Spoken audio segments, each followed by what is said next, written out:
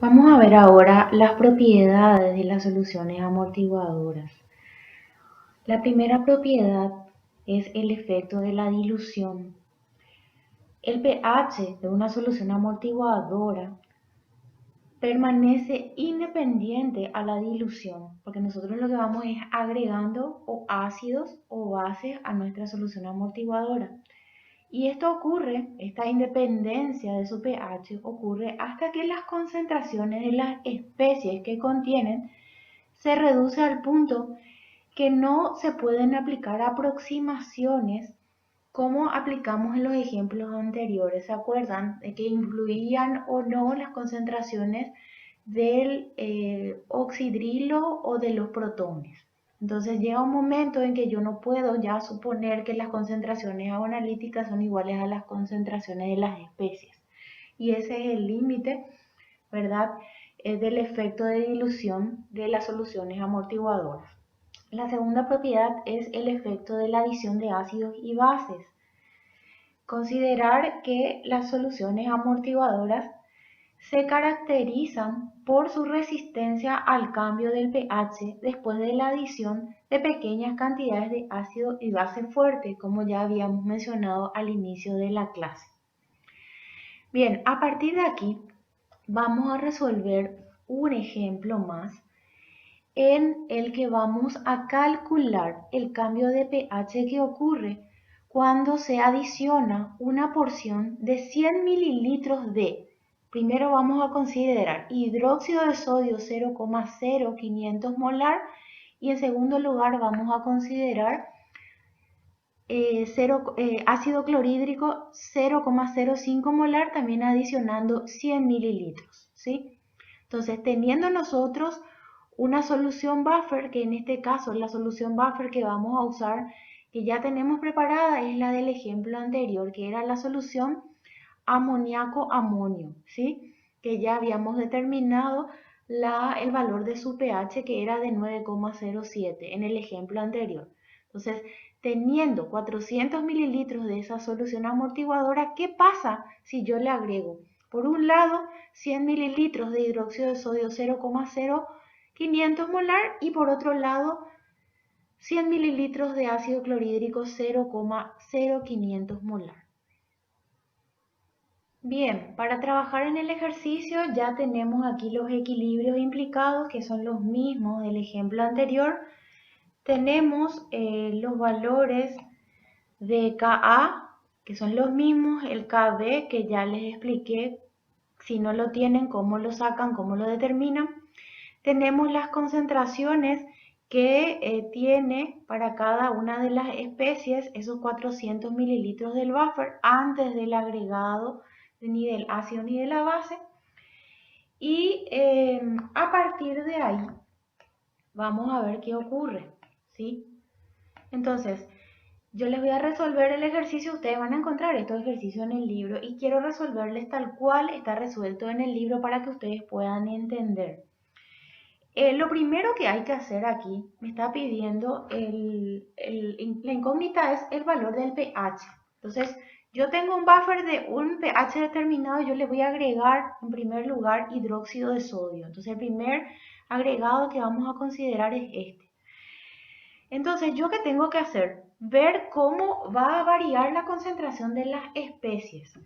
En el primer caso, la adición que vamos a adicionar NaOH, esa adición va a convertir parte del amoníaco, voy a volver a marcarles, parte de este amoníaco se va a convertir, va a pasar a NH3, ¿sí? Entonces, mi equilibrio en este caso va a tratar de compensar dirigiéndose hacia la liberación de los protones para poder neutralizar ese agregado de base. Bien, entonces entendido eso, vamos a considerar que tenemos que saber o determinar cuál es la nueva concentración de tanto de amonio como de amoníaco. Entonces, la concentración de amoníaco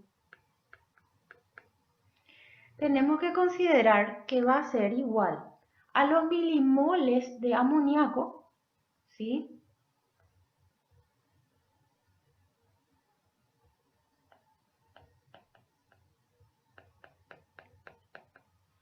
más, en este caso, los milimoles de NaOH adicionado. Milimoles de NaOH que yo estoy adicionando sobre el volumen total. ¿Por qué adicionando? Porque yo estoy adicionando una base, entonces yo estoy favoreciendo ese equilibrio, estoy favoreciendo la formación de amoníaco. Recordemos, para trabajar en moles o milimoles, voy a escribirlo otra vez en otro color, este es un recordatorio para que no se mareen. Cuando yo tengo una concentración molar, ¿sí? Moles, podemos expresar la concentración molar en moles por litro o en milimoles por mililitro, ¿sí? Entonces, si yo quisiera despejar milimol, va a ser igual a la concentración molar por el volumen. Y tengo que atender que si yo estoy trabajando en milimoles, mi concentración molar va a ser la que yo tenga como dato y mi volumen tiene que estar en mililitros, ¿sí? Eso es un recordatorio nada más para que ustedes tengan en cuenta. Acá voy a borrar un ratito mi recordatorio y vamos a continuar. Entonces, teniendo eso, lo que yo tengo que hacer ahora es sustituir la concentración del amoníaco, va a ser igual a los milimoles de amoníaco, según mi dato, es igual, a ver, entonces lo que tenemos es los milimoles va a ser, como vimos, es el volumen por la molaridad. La molaridad que tenemos, la concentración molar del amoníaco tenemos en el dato que es 0,200 por el volumen en mililitros, que es la del buffer, es 400, más los milimoles de hidróxido adicionado está dado por, ¿cuánto adicioné? Adicioné 100 mililitros, ¿sí? Voy a poner acá mililitros para que ustedes puedan relacionar y acá también mililitros para que puedan relacionar, por la concentración del hidróxido, que en el dato es 0,0500 molar, dividido el volumen total. Volumen total es 400 que teníamos del buffer más 100 que adicioné. Resolviendo eso me sale una concentración igual a 0,170 molar. Esa concentración 0,170 molar corresponde a la concentración del amoníaco. Bien, tenemos que hacer lo mismo para la concentración de la especie, el amonio, que en este caso le escribimos como una sal de amonio, que es NH4Cl. Vamos a ver que es igual a los milimoles de NH4Cl menos los milimoles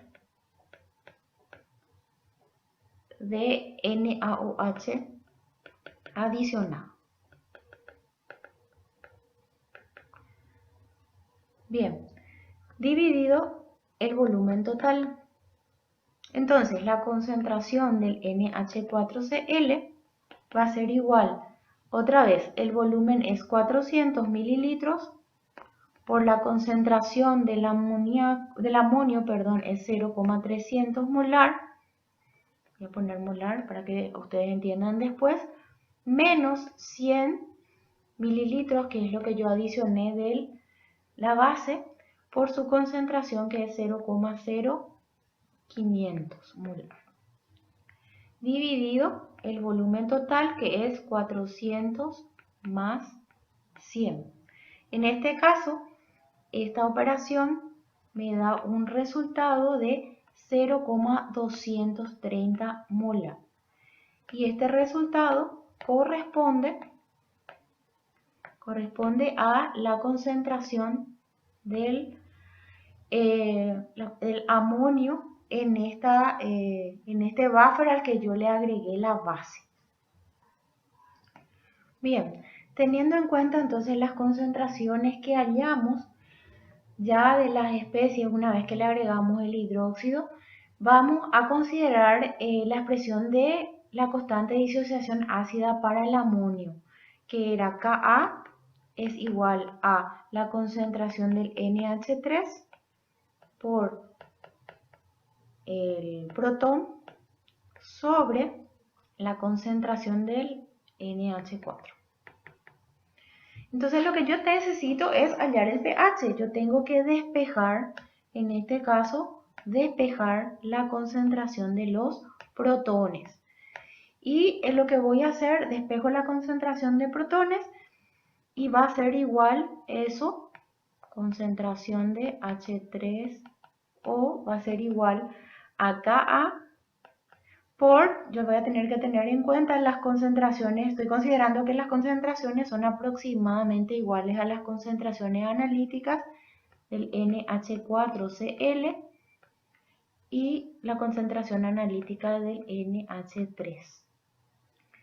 Eso finalmente, resolviendo, me da que la concentración de H3O, que es el protón, es 5,70 por 10 a la menos 10 por 0,230 sobre 1,170, que es lo que determinamos, y me sale una concentración de 7,71 por 10 a la menos 10, que es lo que yo utilizo para calcular el valor del pH. El pH menos logaritmo de esa concentración que me salió, que es 7,71 por 10 a la menos 10. Y el valor de pH en este caso me da 9,11. ¿Sí? Pintarle al 9,11. Este es mi resultado. Finalmente, a partir de aquí lo que podemos es calcular el cambio de pH, un delta pH, el delta pH que se produce luego de la adición del hidróxido de sodio. Entonces, mi delta pH lo puedo calcular restando el valor de 9,11 obtenido luego de la adición del hidróxido de sodio menos el valor inicial que era de 9,7 que lo habíamos calculado en el problema anterior y me sale un valor igual a 0,04. ¿Sí? O sea, nos sale un valor positivo, quiere decir que pasamos de 9,07 a 9,11. El valor del pH aumentó, se volvió más alcalino y es evidente porque estuvimos agregando una base. ¿Sí? Nada más para que ustedes tengan en cuenta el dato del delta pH.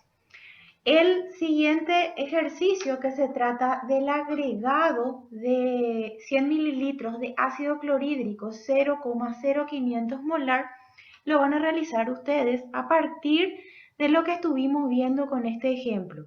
Tienen el ejemplo resuelto en el libro, pero quiero que lo hagan una vez que han entendido el procedimiento. Ya será más fácil calcular primero cuando ustedes agreguen. En ese caso, ustedes lo que van a estar agregando va a ser el ácido, ¿sí? Van a agregar el ácido y ustedes van a tener que, al igual que hicimos con el problema del agregado de la base, calcular las concentraciones de ambas especies, tanto del amoníaco como del amonio, y a partir de ahí calcular el valor del pH y ver la variación de pH que se produjo como consecuencia de dicho agregado. Y finalmente, antes de entrar en un ejemplo de cómo preparamos en el laboratorio una solución buffer, vamos a ver el concepto de capacidad amortiguadora. Conocemos como capacidad amortiguadora, en algunos textos le van a encontrar como eficacia también, al número de moles de ácido fuerte o de base fuerte que ocasionan que 1 litro de buffer varíe su valor de pH en una unidad. Esa capacidad amortiguadora no va a depender solamente de la concentración total de sus dos componentes, sino también de la relación de las concentraciones de esos componentes que habíamos ya en los diferentes ejemplos determinado sus concentraciones. Bien, en el siguiente video y para terminar el desarrollo de esta unidad vamos a estar viendo cómo en el laboratorio preparar de una manera adecuada y correcta una solución buffer.